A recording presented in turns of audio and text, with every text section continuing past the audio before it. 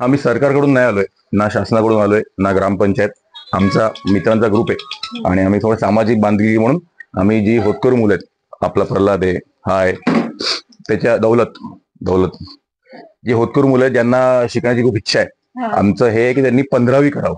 हा आमचं मेन काय म्हणतात त्याला उद्देश असा आहे.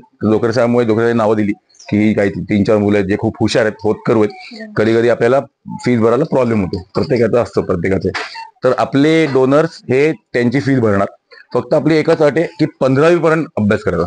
जर तुम्ही 12वी चांगला अभ्यास केला, चांगले टक्के आणले, तर तुम्हाला फर्स्ट इयर, सेकंड इयर, 13वी, 14वी, 15वी पण स्पॉन्सरशिप मिळेल.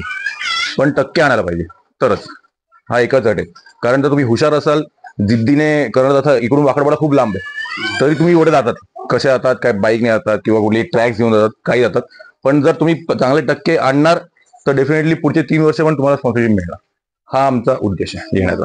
मग आम्ही येतो, आम्ही घर बघतो, घर कसं आहे, त्या आई वडिलांना भेटतो, मुलांना भेटतो, आणि मग आम्ही डोनरला पाठवतो आणि मग ते तिकडून पैसे पाठवतात कॉलेजला.